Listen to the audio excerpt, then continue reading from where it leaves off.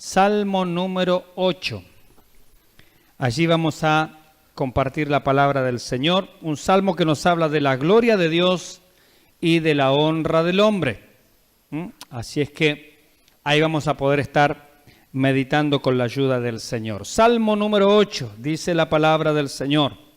Oh Jehová, Señor nuestro, cuán glorioso es tu nombre en toda la tierra. Has puesto tu gloria sobre los cielos. De la boca de los niños y de los que maman, fundaste la fortaleza a causa de tus enemigos para hacer callar al enemigo y al vengativo. Cuando veo tus cielos, obra de tus dedos, la luna y las estrellas que tú formaste, digo, ¿qué es el hombre para que tengas de él memoria? Y el hijo del hombre para que lo visites. Le has hecho poco menor que los ángeles y lo coronaste de gloria y de honra. Le hiciste señorear sobre las obras de tus manos. Todo lo pusiste debajo de sus pies. Ovejas y bueyes, todo ello, y asimismo las bestias del campo, las aves de los cielos y los peces del mar, todo cuanto pasa por los senderos del mar. Oh Jehová, Señor nuestro, cuán grande es tu nombre en toda la tierra. Amén. Gloria al Señor, ¿no? La gloria de Dios y la honra del hombre. Como hemos dicho recién, este también está comprendido dentro de los salmos mesiánicos. ¿Por qué se llaman mesiánicos? Porque particularmente en el Nuevo Testamento, esta serie de salmos, hay varios salmos, tienen una referencia directa al Señor Jesucristo. Por ejemplo, el otro día el Salmo 2, ¿se acuerdan? ¿Por qué se amotinan la gente y los pueblos piensan cosas vanas? Bueno, en el Nuevo Testamento tenemos ese mismo texto aplicado al Señor Jesucristo. Aquí también este Salmo nos vamos a encontrar con que en el Nuevo Testamento hay varias referencias a Él aplicadas al Señor Jesucristo. Por ejemplo, usted ya le habrá prestado atención al versículo 2. De la boca de los niños y de los que maman, fundaste la fortaleza. ¿Cuándo se pronunció eso en el Nuevo Testamento acerca de nuestro Señor Jesucristo? ¿Cuándo? En la entrada triunfal en Jerusalén. Allí se nombró. ¿Se acuerdan? Los discípulos enojados, él montado sobre un pollino allí, sobre un burrito, viene llegando a Jerusalén, y los niños y las gentes comunes y corrientes cantaban Hosana al Hijo de David, bendito el que viene en el nombre del Señor, Hosana en las alturas. Y dice que los judíos, los fariseos se enojaron, y el Señor les recita este salmo. ¿Pero no habéis leído? De la boca de los niños y de los que maman, perfeccionaste la fortaleza. Bien, allí tenemos una referencia. Después, usted habrá prestado atención también seguramente a otro versículo más, ¿no? Aquel que dice, versículo 5, le has hecho poco menor que los ángeles y lo coronaste de gloria y de honra. ¿Dónde ese texto es aplicado al Señor Jesucristo en el Nuevo Testamento? A ver, por $1.000.000, vamos. En Hebreos, muy bien, pero había pasado la oferta fuera de tiempo, así es que no ganó. Siga participando, mi hermano, siga participando. Muy bien, en la carta a los Hebreos, allí cuando se refiere que Jesucristo es superior a los ángeles, se habla justamente de este versículo. Entonces, este versículo está aplicado directamente al Señor Jesucristo. De allí es que estos salmos se llamen mesiánicos. Porque, insisto, en el Nuevo Testamento están tomados varios de sus versículos y se los aplican directamente al Señor Jesucristo. Entonces, entendemos que en este caso David proféticamente no estaba hablando de él mismo, ni estaba hablando de gente común y corriente, sino que él estaba hablando proféticamente del Mesías que iba a venir, y el trasfondo de lo que él quiere decir se aplica justamente al Señor Jesucristo. Con razón, nuestro Señor, allí en Juan capítulo 5, le dice a sus oyentes, hablando por ejemplo de Moisés, hablando de los escritos del Antiguo Testamento, hablando de la ley, dice, de mí escribió Moisés. Bueno, en este caso David, no es Moisés el que escribe este salmo, pero lo que quiere decir la Escritura es que el Antiguo Testamento tiene un hilo conductor, tiene un eje central. ¿Cuál es ese eje central? ¿Cómo se llama? Jesucristo. Si alguien lee el Antiguo Testamento y no ha visto a Jesucristo, se perdió la parte más importante. Es como haber leído el Quijote de la Mancha y no saber quién es el Quijote. Ni saber dónde estaba la Mancha, ¿verdad? O sea, se perdió lo central, se perdió el meollo de la cuestión, la frutilla del postre, ¿no? Bueno, leer el Antiguo Testamento. Yo no entiendo cómo algunos predicadores o algunos pastores dicen, no, nosotros no predicamos el Antiguo Testamento porque eso era para Israel. Ay, hermanos, qué ignorancia es eso. Si bien la aplicación primaria y las leyes eran, sin dudas, para Israel, no para la iglesia, pero el Antiguo Testamento, ¿de quién habla? De Jesucristo. Escudriñad las Escrituras. Y el Señor, cuando dijo eso, se refería a lo único que había, es decir, el Antiguo Testamento. Él dice, escudriñad las Escrituras porque ellas son las que dan testimonio ¿de quién? De mí. Entonces, el hilo central, si yo leo un salmo, si yo leo una porción del Antiguo Testamento, sea cual sea, y no veo al Señor, no estoy entendiendo lo que Dios me quiere comunicar. No estoy entendiendo qué es lo que Dios quiere transmitir. Entonces, esto es importante. La Biblia, el Antiguo Testamento, habla de Jesucristo. Pablo le dice a Timoteo, en una de las porciones de sus 2 cartas, le dice que toda la Escritura es inspirada por Dios. ¿Y a qué se está refiriendo Pablo con toda la Escritura? Pero particularmente al Antiguo Testamento, porque el Nuevo en ese momento estaba en desarrollo. Está bien, habían algunas cartas, habían algunos escritos del Nuevo Testamento, pero no estaban todos en la época de Pablo. Entonces, cuando Pablo dice toda la Escritura es inspirada por Dios, mayormente se refiere al Antiguo Testamento. ¿Y qué me dice? ¿Es útil para qué? Para enseñar, para redarguir, para reprender, para instruir, para equipar en justicia, etcétera, etcétera, ¿no?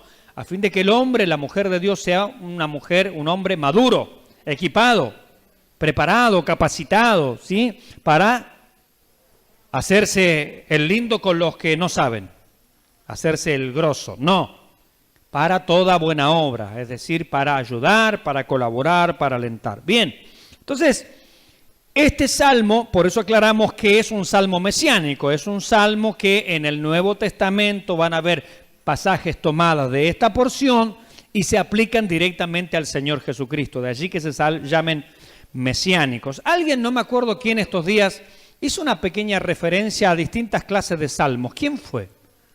Que nos dio así una breve reseña.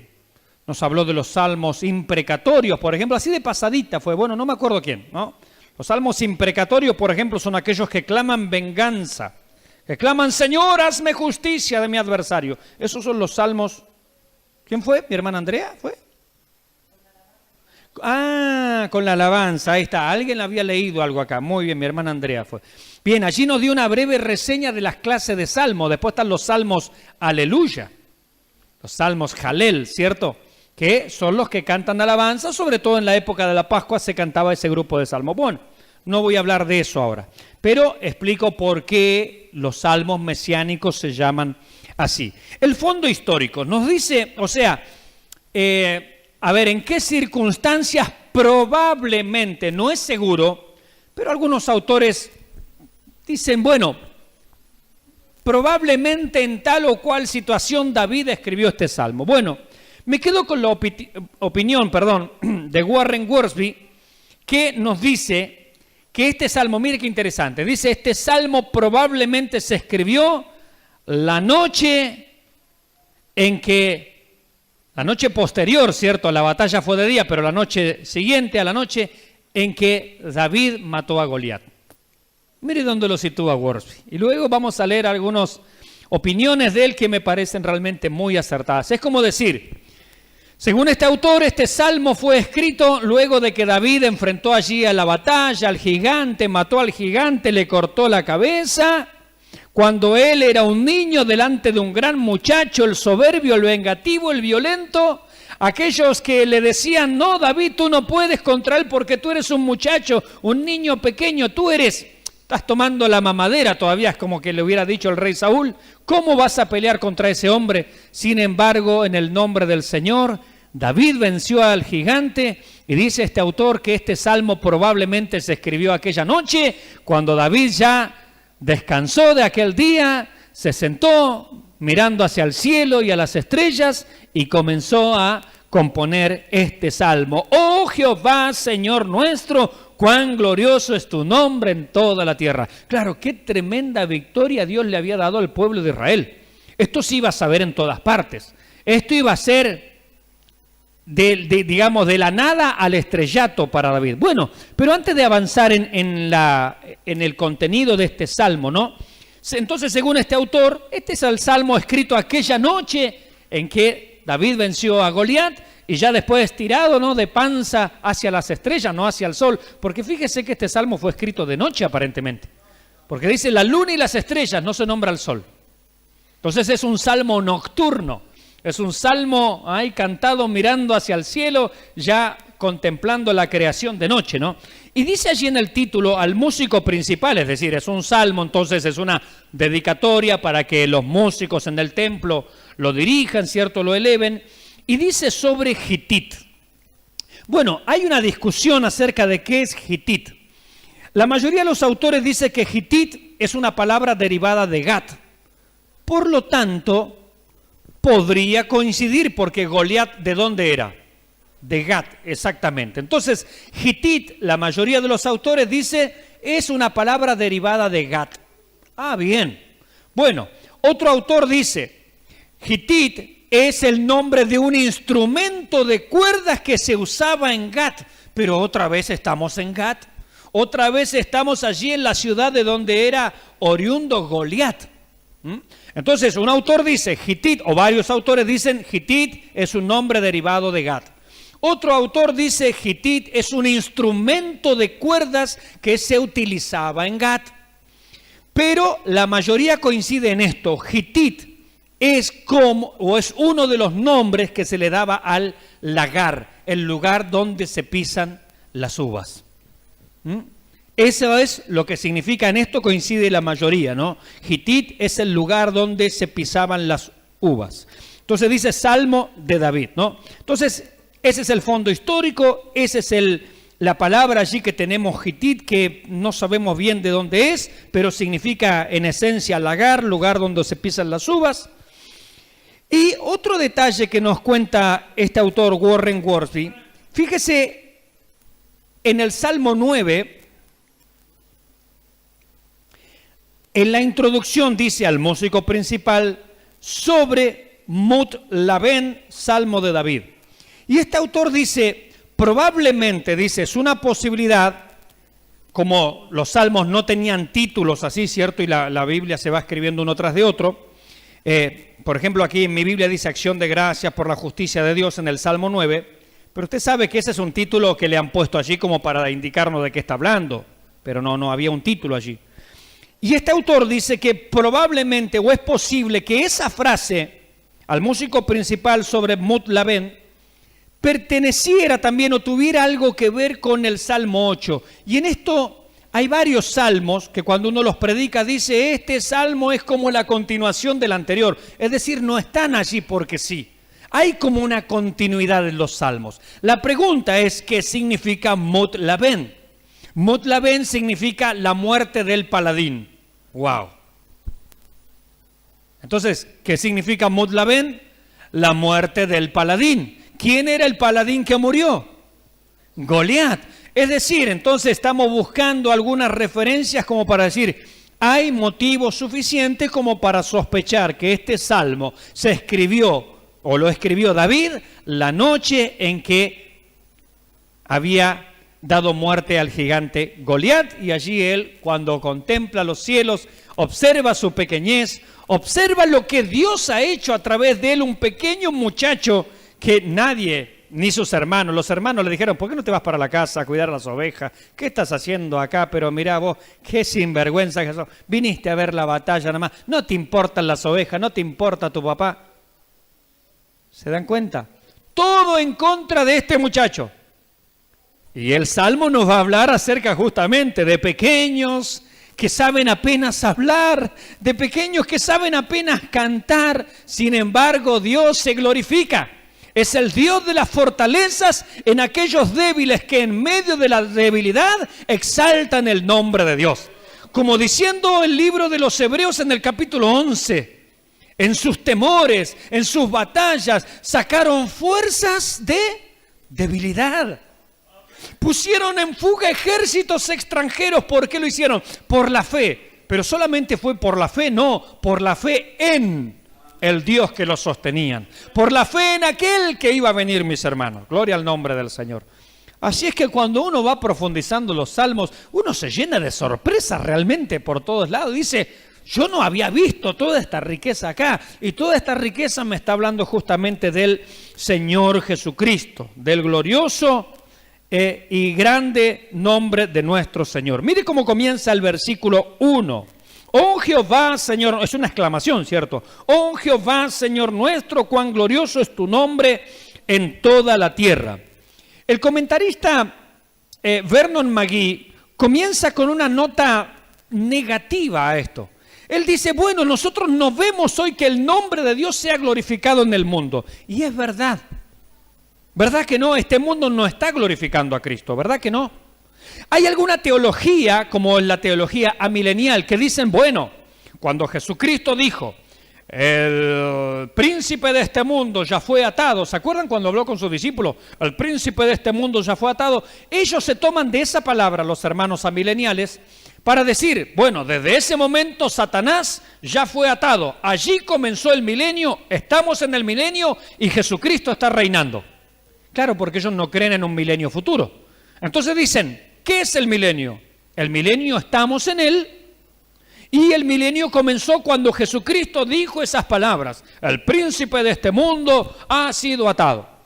Ahora la pregunta es, observemos por un momento la realidad. ¿Qué le parece a usted el mundo? ¿Estará siendo gobernado por Jesucristo? Segundo, si está siendo gobernado por Jesucristo, analicemos, ¿está gobernando bien? ¿Qué le parece a usted? ¿Cómo está este mundo? Está buenísimo, ¿no?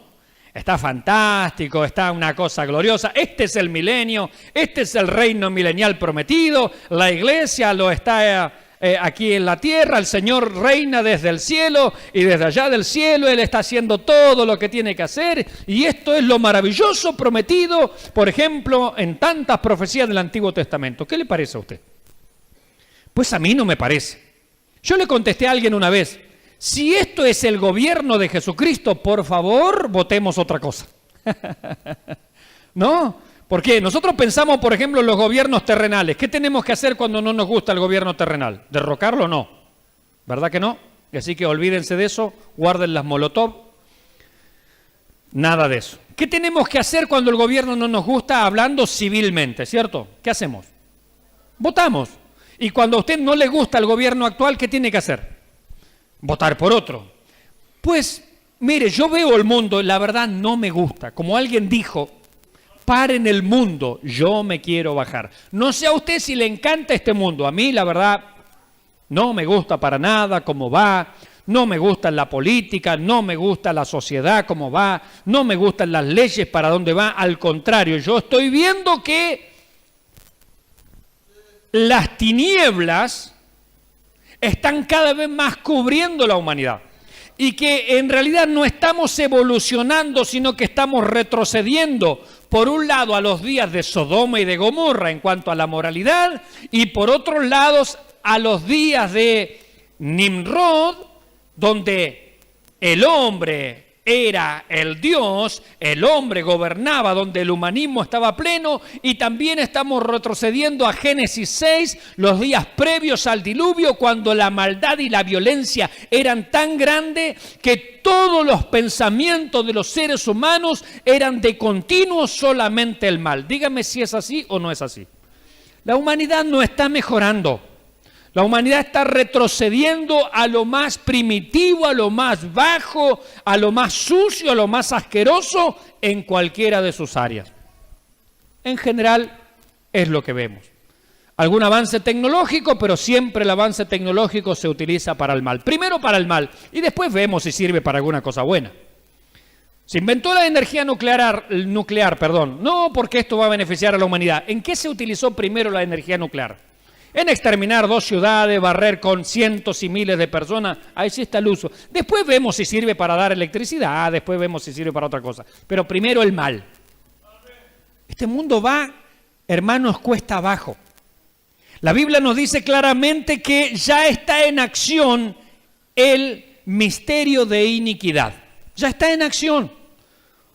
Es decir, Satanás está desplegando todas sus armas y está no el anticristo, pero sí el espíritu del anticristo, ya está acomodando todas las cosas para el nuevo orden mundial y la aparición de el hijo de Satanás, el hijo de Lucifer, el anticristo, al cual el mundo aclamará y dirá: por fin llegó alguien que ponga orden a este caos, porque ni el hombre soporta el caos que ¿quién ha creado? El propio hombre. Es decir, hemos hecho las cosas tan mal que ni nosotros mismos las soportamos. Entonces, hablando de todas esas cosas, el autor Vernon McGee comienza con una nota, digamos, sombría este salmo.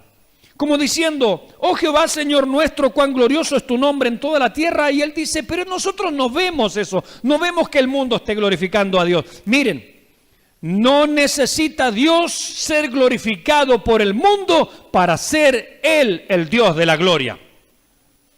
Aunque el mundo no le glorifique, Él es Dios glorioso.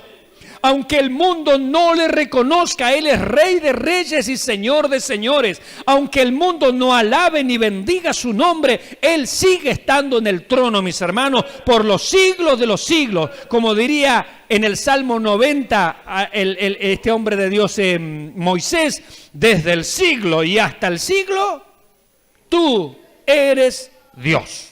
Amén. Entonces, no coincido con ese tono, aunque coincido en la crítica de él. No, este mundo no está glorificando al Señor. Pero aquí no está hablando de eso, de que el mundo está glorificando a Dios. No. Dios está siendo rechazado, expulsado de las escuelas, de la universidad, de la familia, del corazón del hombre. Quieren hasta expulsarlo del universo. Eso está claro. Pero aunque el hombre quiera hacer eso, eso no significa que Dios no sea el Dios de la gloria. Él es glorioso en sí mismo. Él no necesita siquiera que alguien le dé gloria para Él ser un Dios glorioso. Porque Él es el Dios de la gloria. ¿No lo dice el Salmo 24? Él, Jehová, es el Dios de la gloria. Aunque Él no hubiera creado al hombre, ¿sería Él un Dios glorioso? Amén. Y aunque Él no hubiera creado los ángeles, ¿sería Él un Dios glorioso? Amén. Él es glorioso en sí mismo. Él es el Dios de la gloria. Ahora Él nos deja ver algo de su gloria. Ese otro tema, y ante su majestad nosotros también le glorificamos. Por lo menos algunos de los que hemos llegado al conocimiento de la verdad. Así es que este salmo comienza con una nota, para mí, por lo menos, positiva. Es decir, más allá de las cosas. El otro día compartíamos el Salmo 2 y comienza: ¿por qué se amotinan la gente? Los pueblos piensan cosas vanas. Bueno, le doy la razón a Vernon McGee. Así está el mundo, así está la tierra, así está la humanidad. Pero este salmo me dice: pero Él es glorioso, No importa que la gente se amotine, no importa que los pueblos piensen cosas vanas, no importa que el hombre le diga a Dios: no queremos que tú reines, nosotros somos los dioses y somos los señores. No importa eso, Dios sigue estando sentado en el trono. Él es el Señor. Entonces este salmo comienza poniendo las cosas en su lugar. Aunque el hombre se rebele, aunque el hombre quiera gobernar, aunque el hombre quiera darle un golpe de estado a Dios, Él es nuestro Señor y Él es glorioso sobre toda la tierra. Bendito sea el nombre del Señor. Y utiliza allí la palabra Jehová, Yahvé, ¿no? Aquel que tiene la existencia por sí mismo. Y utiliza la palabra Señor, que es la palabra Adonai. Y dice allí que Él es glorioso justamente, se le reconozca, mis hermanos, o no. Mire lo que dice Malaquías capítulo 1, versículo 11, se lo leo. Desde donde nace el sol hasta donde se pone, es grande mi nombre entre las naciones, y en todo lugar se ofrece a mi nombre incienso y ofrenda limpia. Gloria al Señor. Siempre hay un remanente que alaba al Señor. Y aunque no hubiese ningún remanente, insisto, voy más allá, Él sigue siendo glorioso. Él sigue siendo grande, Él sigue siendo sublime, mis hermanos. Y dice allí,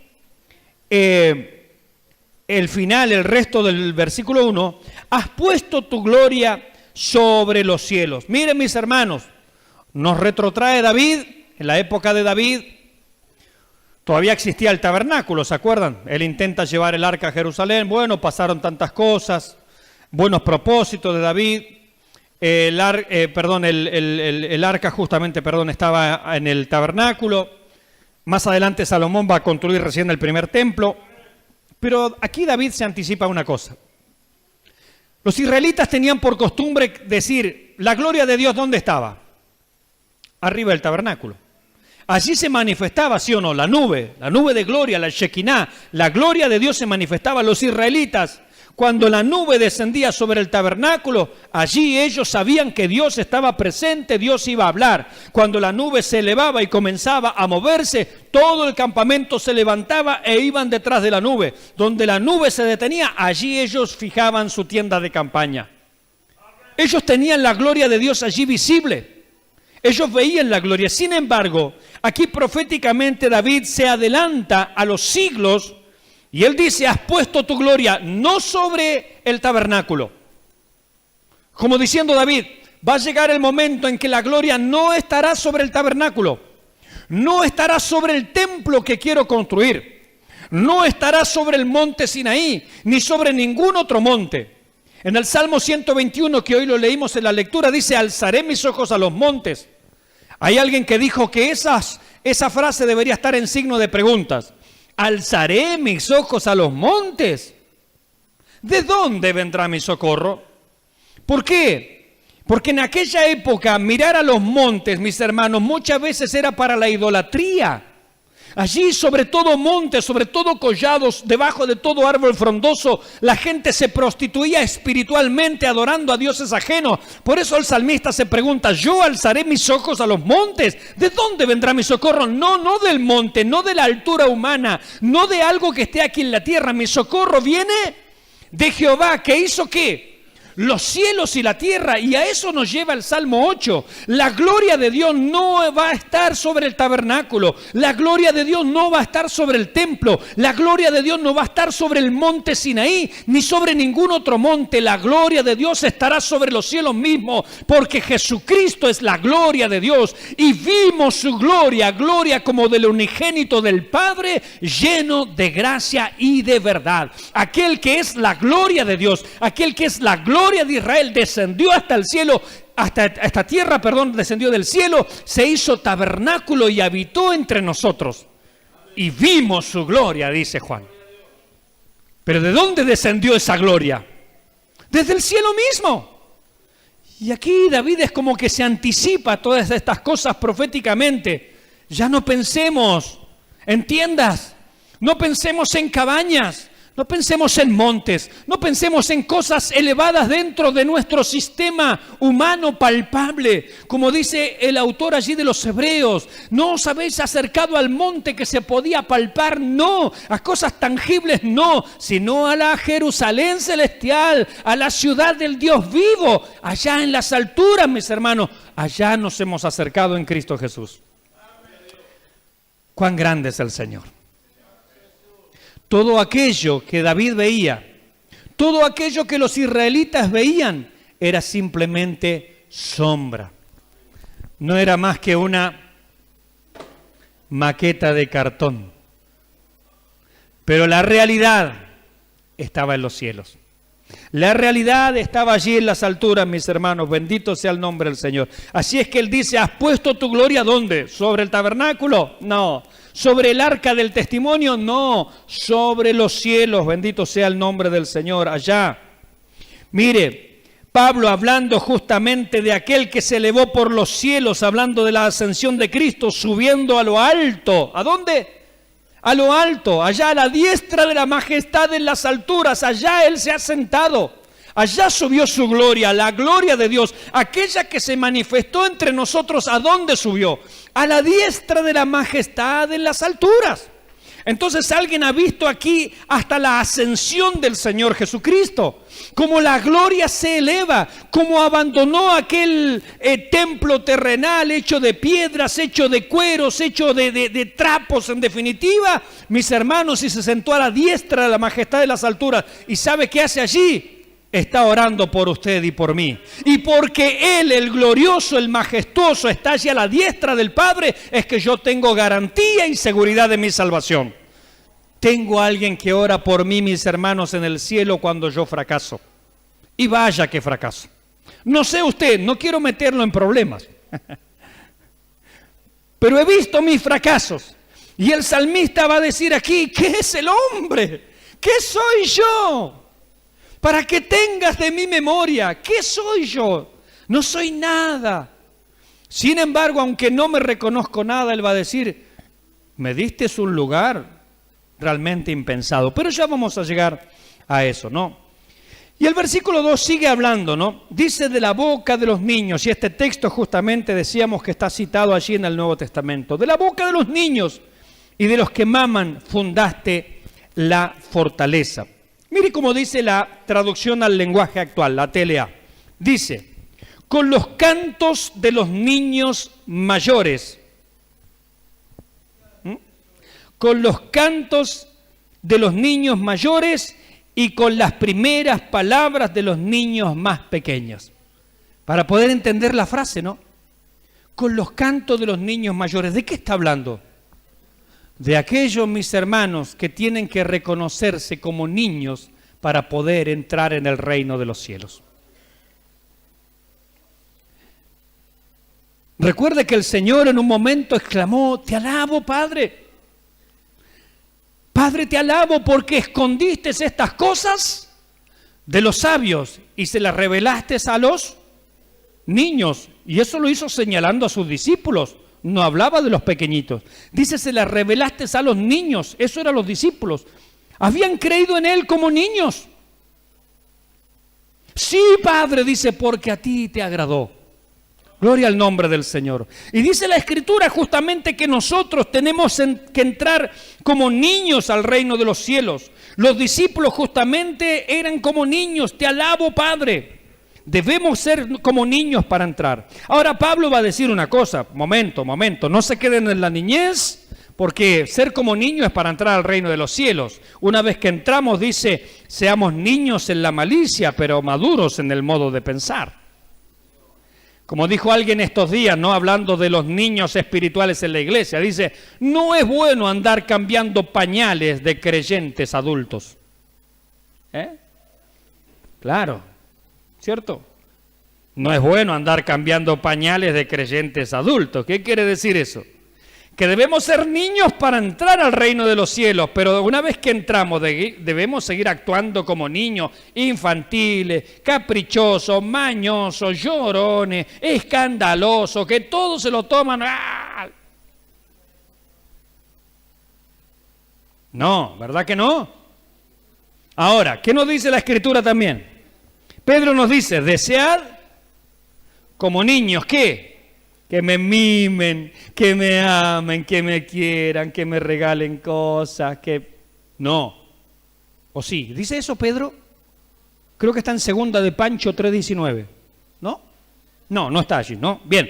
Desead como niños recién nacidos, ¿qué? La leche espiritual no adulterada. ¿Cuál es la leche espiritual no adulterada? La palabra de Dios.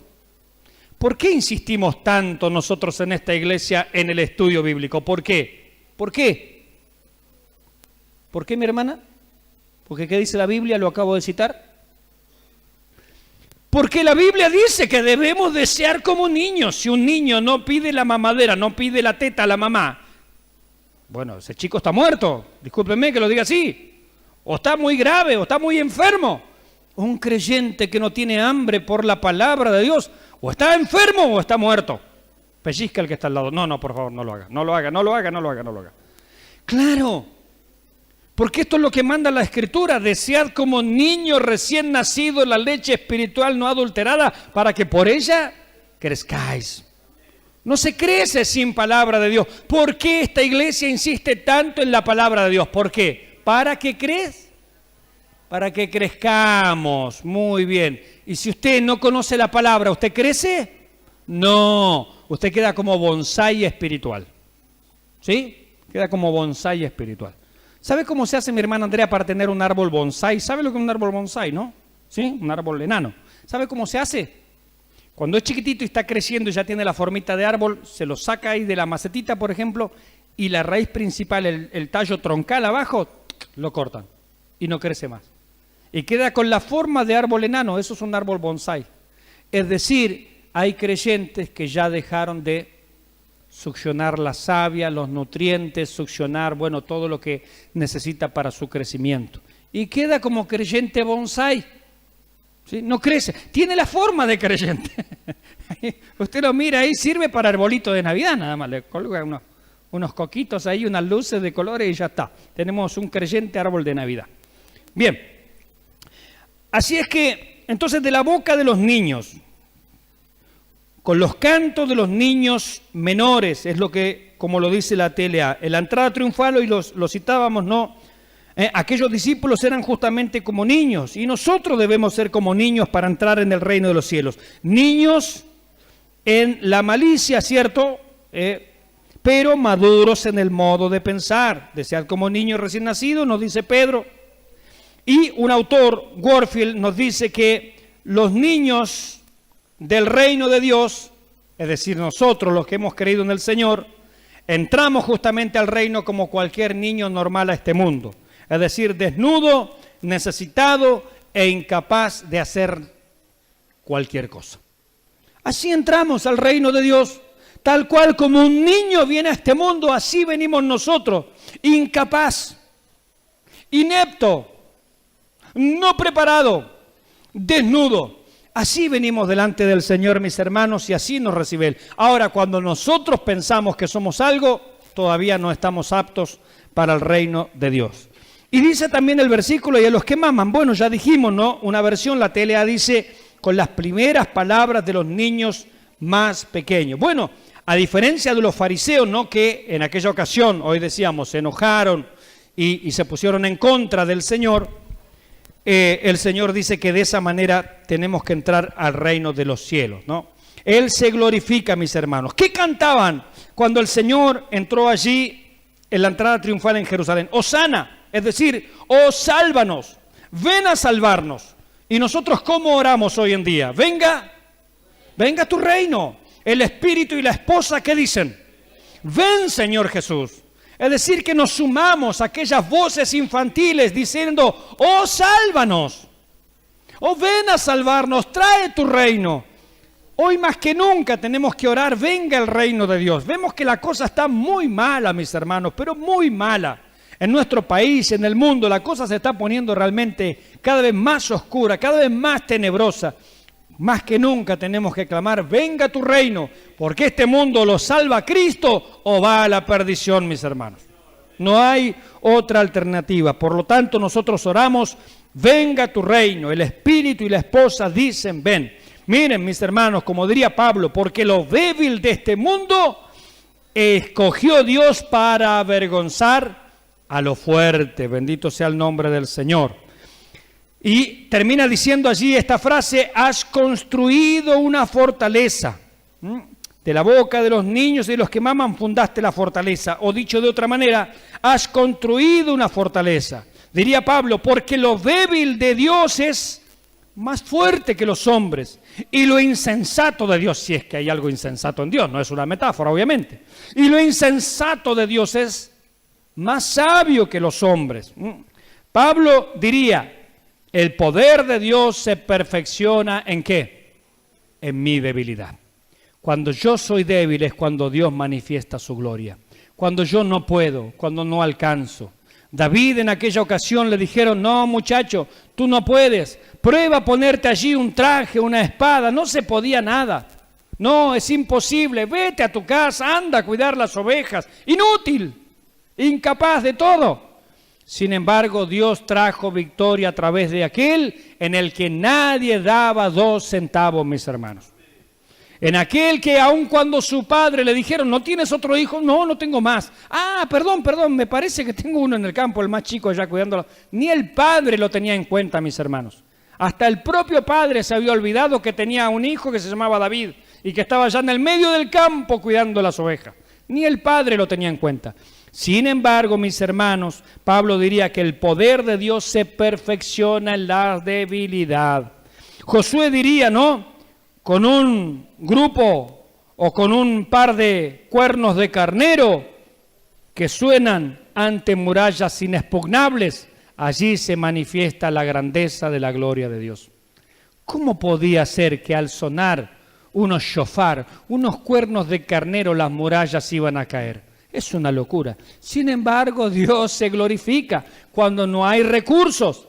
Estamos pasando, hermanos, por momentos difíciles. Hoy no tenemos algunos recursos para cosas que necesitamos hacer. Sin embargo, es cuando Dios se puede glorificar. Es el momento en cuando podemos confiar en nuestro Dios y Él manifiesta su gloria, Él manifiesta su grandeza. No confiamos en nosotros. Dice, aquel confía en príncipe, el otro en carro, el otro en caballo, mas nosotros del nombre de Jehová nuestro Dios tendremos memoria. Él es nuestro Dios, Él es nuestro Señor, Él es nuestro sustentador.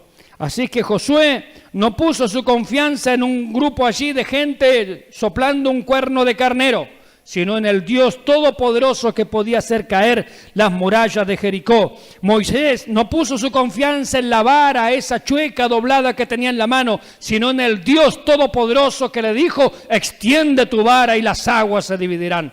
Hermanos, es el Dios que hace las cosas y se glorifica en medio de nuestra incapacidad. Cuando nosotros creamos que somos capaces para algo, Dios no podrá glorificarse. Él es glorioso, independientemente de nosotros. Él sigue siendo glorioso, pero Él quiere manifestar su gloria. Él quiere mostrar, ¿no? Aquel pecado de Moisés, cuando no permitiste, le dice Dios a Moisés, no permitiste que me glorificara delante del pueblo. Yo quería hacer un milagro y que la gente viera qué grande es Dios, cómo va a brotar agua del pedernal.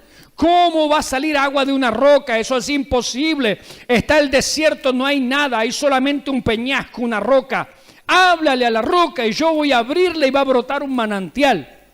Sin embargo, allí el cansancio, no el agotamiento, hace que Moisés no siga exactamente las instrucciones y Dios después le diga, no dejaste que yo me glorificara.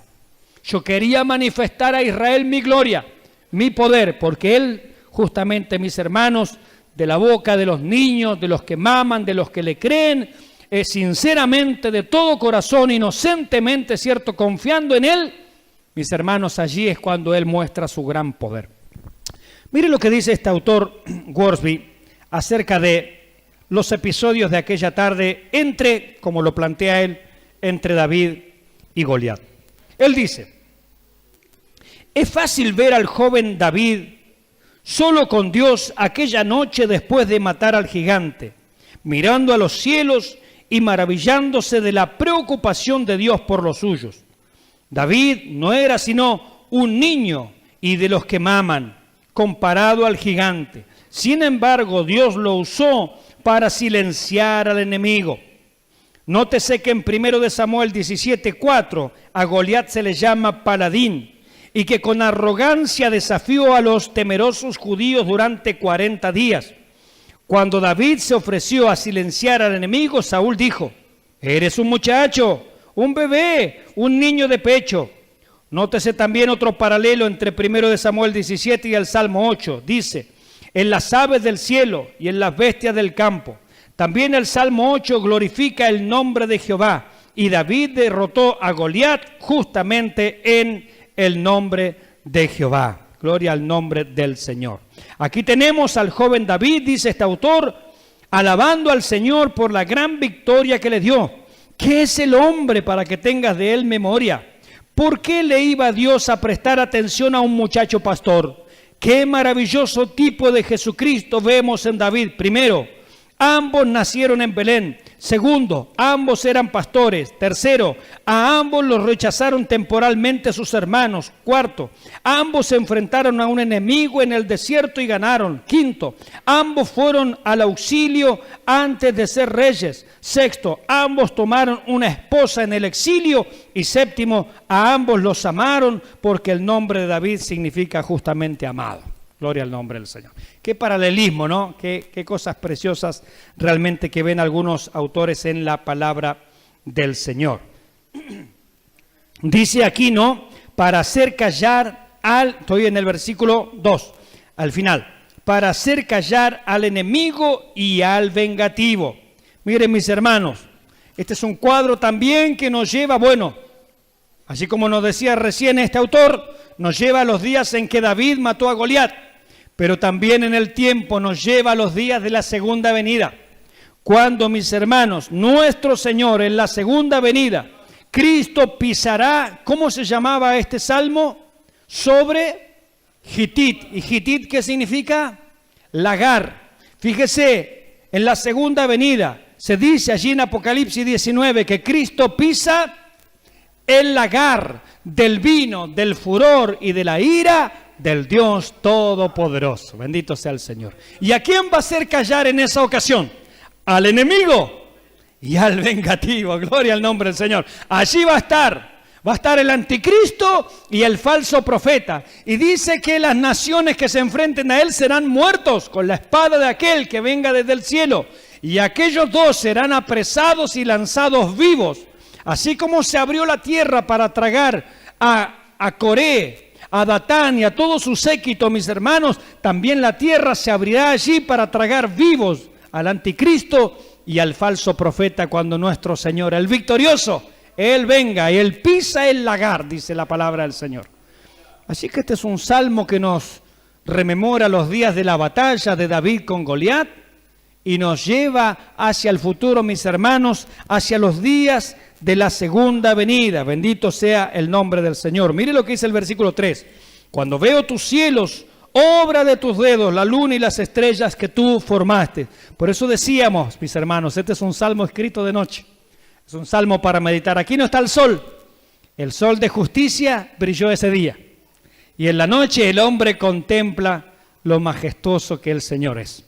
Lo grandioso que Él es. Las obras que Él ha hecho, mis hermanos. Cuando veo los cielos, obra de tus dedos. El Salmo 19 también nos habla de estas cosas, mis hermanos, de la creación de Dios.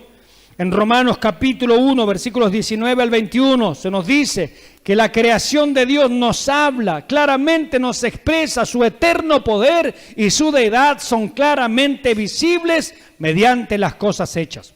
Es decir, que el hombre puede observar la creación y puede decir, si es que quiere usar su inteligencia, aquí hay alguien que hizo estas cosas. No son casualidad. Las cosas no son casualidad. Tienen un Dios inteligente que ha hecho las cosas y aquí dicen mis hermanos que son de Él y son para Él y son para la gloria de su nombre. Santiago nos dice que toda buena dádiva y todo don perfecto, ¿de dónde desciende? De lo alto, del Padre de las estrellas, de las lumbreras. ¿Quién será el Padre de las estrellas? Nuestro Dios, el glorioso, el eterno, el majestuoso. De allí viene toda buena dádiva, todo don perfecto. Cuando veo los cielos, obra de tus dedos, mis hermanos, la luna y las estrellas, este cuadro nocturno, aún en la noche, mis hermanos, más oscuras, como dice el Salmo 23, aunque ande en valle de sombra de muerte, no temeré mal alguno, porque tú estarás conmigo. No solamente de noche, en el día Dios estuvo con David. En la noche Él puede reposar y decir, el Dios Todopoderoso sigue estando conmigo, porque aún la noche resplandecerá alrededor de mí. Lo mismo te son las tinieblas que la luz, va a decir en otro de los salmos preciosos. Qué maravilloso es el Señor. ¿A dónde me iré de tu espíritu? ¿A dónde huiré de tu presencia? No hay lugar, mis hermanos. Gloria al nombre del Señor. Este Dios grandioso, este Dios sublime. ¿Qué más dice? Versículo 4. Digo, cuando yo observo eso, cuando miro eso, la majestad, la grandeza, la creación de Dios, puedo llegar obviamente a la conclusión que Dios existe. Sería necedad cualquier otra conclusión. Y él dice, digo, Él no duda de la existencia de Dios, sino que él piensa en sí mismo, en nosotros, los que estamos acá abajo. Obviamente que Dios es glorioso, pero él dice, digo, ¿qué es el hombre? ¿Qué soy yo para que tengas de él memoria? Y el Hijo del Hombre para que lo visites. Tan grande es Dios, tan majestuoso, tan sublime. Sin embargo, como dice la Escritura, que Dios se humilla para mirar entre los hijos de los hombres. No solamente se humilla para mirar, sino dice Filipenses el capítulo 2, que Él se humilló hasta lo sumo, haciéndose siervo. Y estando en la condición de siervo se humilló hasta lo sumo, ¿no? Y dio su vida hasta morir, hasta derramar su sangre por nosotros. Mis hermanos, tal es el amor de Dios, incomprensible, insondable. No podemos nosotros dimensionar el amor de Dios por nosotros. Nada de esto Él hizo por ningún ángel. Solamente por nosotros. Solamente por nosotros. Bendito sea el nombre del Señor. Digo, ¿qué es el hombre para que tengas de él memoria? Y el Hijo del Hombre para que lo visites. Imagina esta palabra, ¿no? En una ocasión está Abraham allí en su tienda descansando al sol, se acercan 3 muchachos, resulta que era el Padre, el Hijo y el Espíritu Santo que venían de visita allí a tomarse unos mates con Abraham. ¿Puedo hacer un pancito? Sí, te esperamos, dale pancito amasado, unos mates. Hicieron pacto allí, Dios hizo pacto con Abraham, en realidad no Abraham con Dios, dividiendo allí los animales y en la tarde dice cayó como una oscuridad y una antorcha que pasaba encendida entre medio de los animales. Dios estaba haciendo un pacto con Abraham, no Abraham con Dios. Pero vino allí de visita. En otra ocasión en el Nuevo Testamento, en la carta a los Hebreos, dice algunos sin saberlo, hospedaron a ángeles. Es que Dios viene a visitarnos. ¿Y qué mayor visita que la de su propio Hijo? Que vino y habitó entre nosotros, mis hermanos. Bendito sea el nombre del Señor. Dice para que le visites. Versículo 5, ¿le has hecho poco menor? Y este es un pasaje también aplicado al Señor Jesucristo, ya lo dijimos en Hebreos, la carta a los Hebreos en el capítulo 2. Pero la palabra aquí, ángeles, en realidad le has hecho un poco menor que Elohim, dice en hebreo, es decir, Dios. El texto hebreo, y me quedé allí con la duda, ¿cómo? ¿Será cierto? ¿Será la opinión de algunos solo? No. La mayoría de los autores dicen, no, la palabra es Elohim, no es ángeles, no, le has hecho poco menor que Dios. ¿Por qué poco menor que Dios? Porque solamente del ser humano se dice que fue hecho a imagen y semejanza ¿de quién? De Dios. No dice que los ángeles fueron hechos a imagen y semejanza de Dios, no.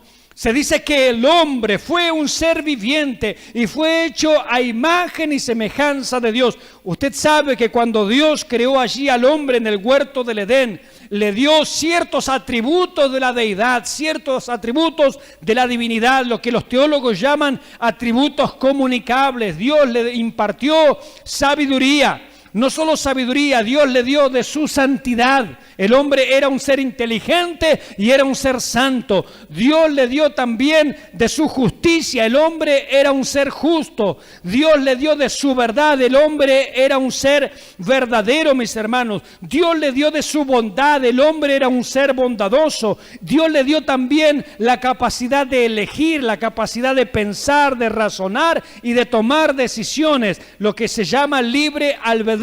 Dios le compartió esa capacidad allí en el huerto del Edén. El hombre fue creado a imagen y semejanza de Dios. Por eso aquí el salmista dice, le has hecho poco menor que Dios, literalmente. El hombre no es Dios. Satanás le dijo, no te quedes con ser un poco menor que Dios, seréis como Dios. Y allí está el engaño del diablo, ¿no? En querer tomar más, en querer morder más. Como aquel perro, ¿no?, que tenía un hueso en su boca y va a la orilla ahí del río y ve su reflejo. ¿Y qué ve? Como el agua distorsiona las cosas, vio a un perro más grande con un hueso más grande y se entusiasmó y le gruñó Y la imagen también veía que le gruñía, hasta que el perro se animó a increparlo con un ladrido. Y cuando le ladró a su propia imagen, el hueso se le cayó de la boca y no lo recuperó más. Eso fue lo que le ofreció Satanás al hombre: seréis como Dios. Y el hombre abrió la boca. Quiso ser como Dios y perdió aquella imagen. Hoy la imagen está desdibujada. Pero aunque la imagen está desdibujada, gloria al Señor, que vino uno en semejanza de carne de pecado, en semejanza de hombre caído, para redimir a aquellos que estaban esclavos del pecado y bajo la bota opresora de Satanás. Bendito sea el nombre del Señor, para en la carne derrotar a aquel que tenía el imperio de la muerte y mediante su muerte darnos vida eterna, mis hermanos. Gloria al nombre del Señor. Y dice: le has hecho poco menor que los ángeles, es decir, poco menor que la divinidad, dice una traducción, y lo coronaste de gloria y de honra. Hoy, mis hermanos, esta sociedad está llevando al hombre a estados salvajes, animales, peor que los animales, realmente absurdos, sucios, asquerosos. Sin embargo, dicen que los que creemos en la Biblia somos retrógrados, atrasamos. La Biblia dice que el hombre es un ser digno, es un ser elevado. Si fuera por Dios, lo tendría como un duque, gobernando la creación. Dios lo puso a Adán en el huerto del Edén para que señorease, para que fuese rey y señor sobre esta creación, para que él gobernara sobre los animales, no para que se mezclara con ellos, no para que actuara como ellos. Y dicen que los que creemos en la Biblia somos retrógrados. Se ve que no han leído el Salmo 8. Porque ¿qué dice aquí la Escritura? Le has hecho poco menor que la divinidad. Técnicamente dice eso. ¿Lo coronaste de qué? De gloria y de honra. Y cuando habla del hombre, habla de la mujer, porque está en sentido genérico. Las feministas hoy dicen que los que creemos en la Biblia somos machistas. Dios aquí está diciendo que Él coronó a la mujer, a la humanidad, al hombre de gloria y de honra. Ese es el propósito original de Dios, el cual producto del pecado se ha perdido, pero vino uno para librarnos del pecado y restaurar todas las cosas, mis hermanos. Bendito sea el Señor. Él va a restaurar todas las cosas. Es preciso que Él reine. Dice que en un momento el Padre, como dijimos en el Salmo 2, va a poner todas las cosas debajo de sus pies para que Él reine, y Él regirá a las naciones con vara de hierro. Bendito sea el Señor. Y allí el hombre volverá a tener dignidad. Allí volverá a haber justicia. Lo que se está reclamando hoy, lo que se pide hoy, volverá a haber justicia, equidad, santidad, dirección, objetivos claros, mis hermanos. Habrá gloria y habrá honra, porque dice que el conocimiento de la gloria del Señor cubrirá la tierra como las aguas cubren el mar. Así. La gloria del Señor lo cubrirá todo, mis hermanos. Lo coronaste de gloria y de honra, versículo 6, le hiciste señorear sobre las obras de tus manos. Fíjense, Dios lo creó y se lo dio ¿a quién? Al hombre. Le dijo: cuídamelo, te lo entrego en tus manos. Cuando Satanás fue a tentar al Señor, ¿qué le dice? A mí me fueron entregados. Claro, por usura, por robo, por mentira, pero le fueron entregados a él. ¿Por quién? Por el hombre mismo. El hombre se puso al servicio de Satanás. Por eso hoy el hombre, la mujer, la sociedad, la familia viven las consecuencias del pecado, la consecuencia de la maldad, la consecuencia de vivir en contra de los designios de Dios. Eso es lo que estamos padeciendo, mis hermanos, y no otra cosa. No es Dios el que está atrás de todo lo que está pasando. Es el diablo y es el pecado que nos ha conducido a todo esto. Lo coronaste de gloria y de honra, le hiciste señorear sobre las obras de tus manos, todo lo pusiste debajo de sus pies. Pero mis hermanos, aquel primer Adán lo perdió todo, pero viene el segundo Adán, Jesucristo. Gloria al nombre del Señor. Y dice que el Padre va a reunir en la dispensación de todas las cosas. Todo va a ser puesto bajo los pies, bajo el señorío del Señor Jesucristo. Y dice el libro de Apocalipsis, lo citábamos el otro día, dice allí: porque los reinos de este mundo han venido a ser del Señor y de su ungido, es decir, Jesucristo. Amén. Llegará el momento, mis hermanos, en que Él reine. Él no está reinando ahora. Hay una teología, dijimos hace un rato, que dice: Jesucristo está reinando desde el cielo. No, no está reinando desde el cielo. Está esperando que el Padre ponga todos los reinos bajo sus pies. Eso es lo que está pasando ahora. Sobre este mundo está reinando Satanás y está reinando el pecado. Pero Él va a venir a ponerle fin a todas estas cosas, mis hermanos. A limpiar la tierra, a purificarla, a santificarla, mis hermanos. Y hay otra teología también cristiana o pseudo cristiana que dice que la iglesia está reinando. Entonces te llaman a codearte con los políticos, a meterte allí, a enquistarte en el poder. Todos tenemos que ser ricos, todos tenemos que ser famosos, todos que tenemos que tener 8 Facebook y 14 Instagram y codearnos allí con los ricachones y la farándula. No, mis hermanos, nada de eso. La iglesia no reina. Y Jesucristo tampoco está reinando. Por eso oramos: venga tu reino, venga tu reino, ven a poner orden, ven a reinar sobre esta tierra, este mundo te necesita. Le hiciste señorear sobre las obras de tus manos, todo lo pusiste debajo de sus pies. Mire, ovejas y bueyes, todo ello, y asimismo las bestias del campo, las aves de los cielos y los peces del mar, todo cuanto pasa por los senderos del mar. Bendito sea el nombre del Señor, mis hermanos. Miren, cuando Cristo vino a la tierra, ejerció el dominio que Adán había perdido. Cristo ejerció dominio sobre los peces, Lucas 5:1. Sobre las aves, Lucas 22:34, y las bestias, Marcos 1:13. Hoy en día nadie en la tierra puede controlar la naturaleza como Él la controlaba. Cuando Jesús vino a la tierra, era Dios visitando a los hombres. Nótese que David describe una escena nocturna, porque sin duda era una noche espiritual cuando Jesús vino a la tierra.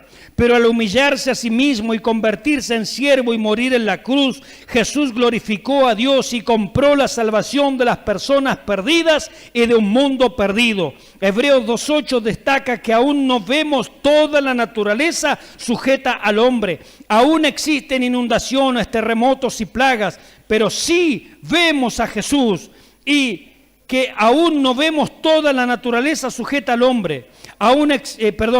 Y el hecho de que murió por nosotros es toda la seguridad que necesitamos, que un día, cuando Él regrese, su pueblo reinará sobre una tierra renovada. Amén.